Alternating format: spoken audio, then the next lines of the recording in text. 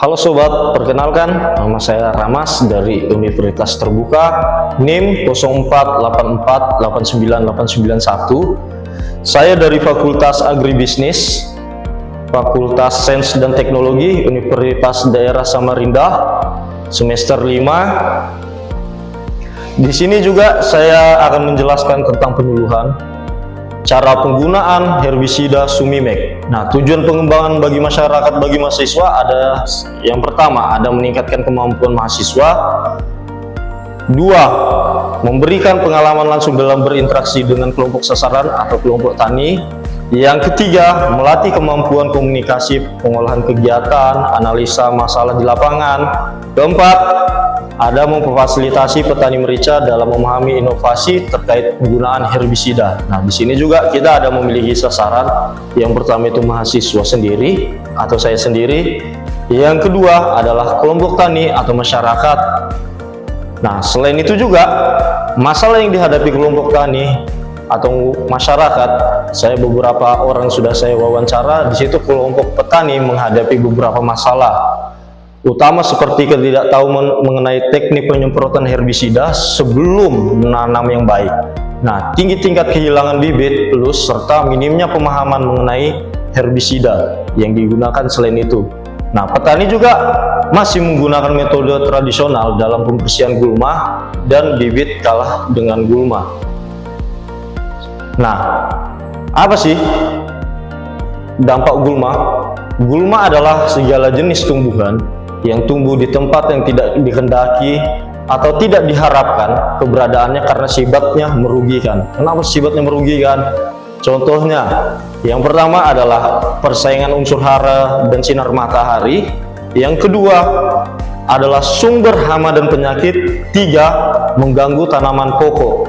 Nah, di foto yang saya lihatkan ada di atas ini adalah salah satu tanaman yang terkena hama. Nah, dan kalah dari sinar matahari dan unsur hara. Ini ada fotonya yang sudah saya lihatkan di dalam PPT. Oke, tipe herbisida di sini ada 4 jenis. Ada kontak, sistemik, pre-emergen, dan post-emergen. Dan saya akan menjelaskan satu-satu. Nah, yang pertama ada namanya sistemik. Nah, ketika tanaman terkena semprot, itu akan mati sampai ke akar-akarnya. Sedangkan buat kontak yang kedua, ketika yang di bagian tanaman itu saja yang terkena paparan, itu saja yang mati. Berbeda dengan sistemik. Nah, baru ada namanya post-emergen.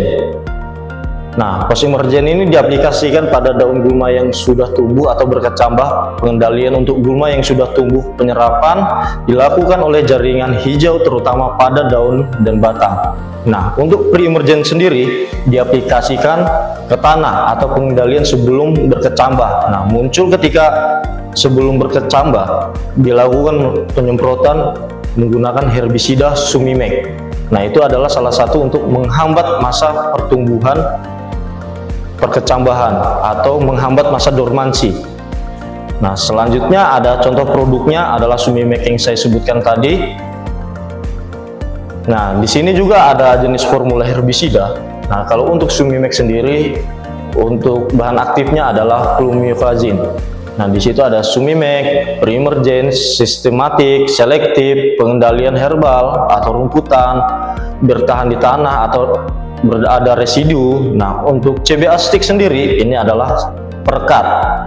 Nah, bahan aktifnya adalah surfaktan non-ionik atau CBA stick 100. Nah, ini sebagai perekat, perataan atau penembusan pada tanaman. Apa sih Sumimek? Sumimek adalah herbisida kontak yang produknya dari PT Nurfarm di Indonesia dengan bahan aktif flumioxazin atau 50%. Nah, produk ini efektif untuk mengendalikan gulma berdaun lebar dan sempit, baik segala herbisida pratumbuh atau sebelum gulma itu tumbuh, atau kita sebut masih biji. Nah, maupun pertumbuhan setelah gulma tumbuh. Sumimek bekerja dengan menghambat enzim atau PPO pada gulma, nah mengganggu pembentukan kloroplast atau fotosintesis. Nah, sedangkan buat CBA stick sendiri, ini adalah perekat atau perataan pestisida atau herbisida, bisa juga digunakan digabung Nah, fungsinya untuk membantu pestisida atau pupuk menempel merata dan menembus permukaan daun yang sulit seperti daun yang berlapis lilin atau berbulu. Nah, seperti contoh tanamannya adalah terong-terongan, itu kan berbulu.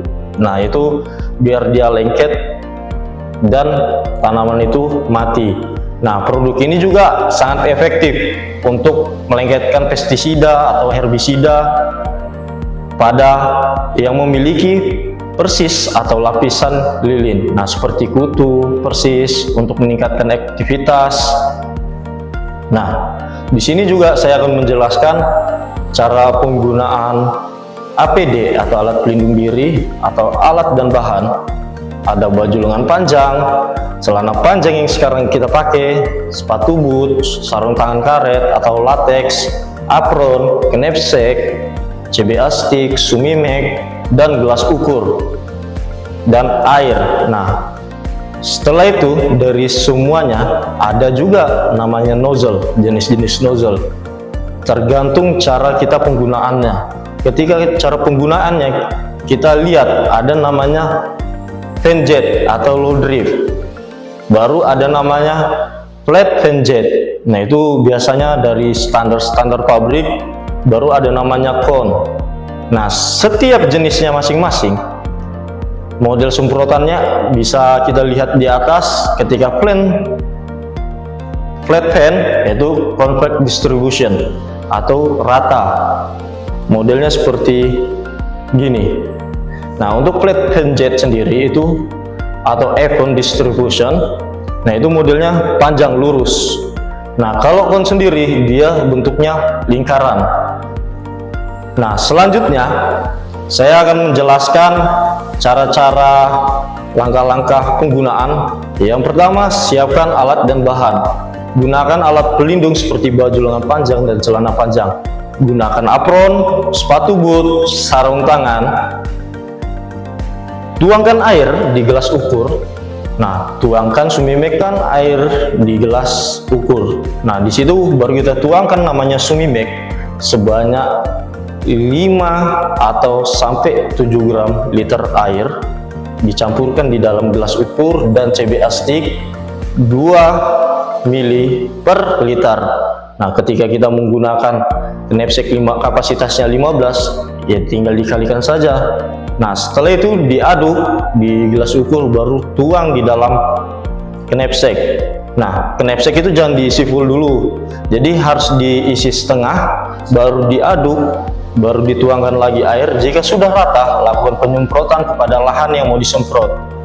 Kesimpulan, hal ini adalah bukti untuk meningkatkan pemahaman peserta mengenai teknik penyemprotan herbisida menggunakan sumimek agar menghambat pertumbuhan gulma agar merica tumbuh lebih efektif. Tidak ada musuh, unsur hara, adanya antusias dalam mengikuti proses demonstrasi, serta komitmen peserta untuk mencoba teknik yang diperkenalkan. Nah, faktor pendukung adalah keberhasilan antara lain penyampaian materi yang sederhana, praktik langsung, serta interaksi aktif antara saya dan peserta. Setelah daftar pustaka atau referensi yang saya dapatkan. Nah, sebelum saya tutup, ada kata-kata, kerja itu memang capek. Kerja itu memang melelahkan, tapi akan jauh lebih capek ketika kita tidak punya kerjaan dan kita masih bergantung orang lain untuk kita bisa makan. Nah, itu kata-kata dari Bendy Chandra. Dari saya sekian, cukup, terima kasih.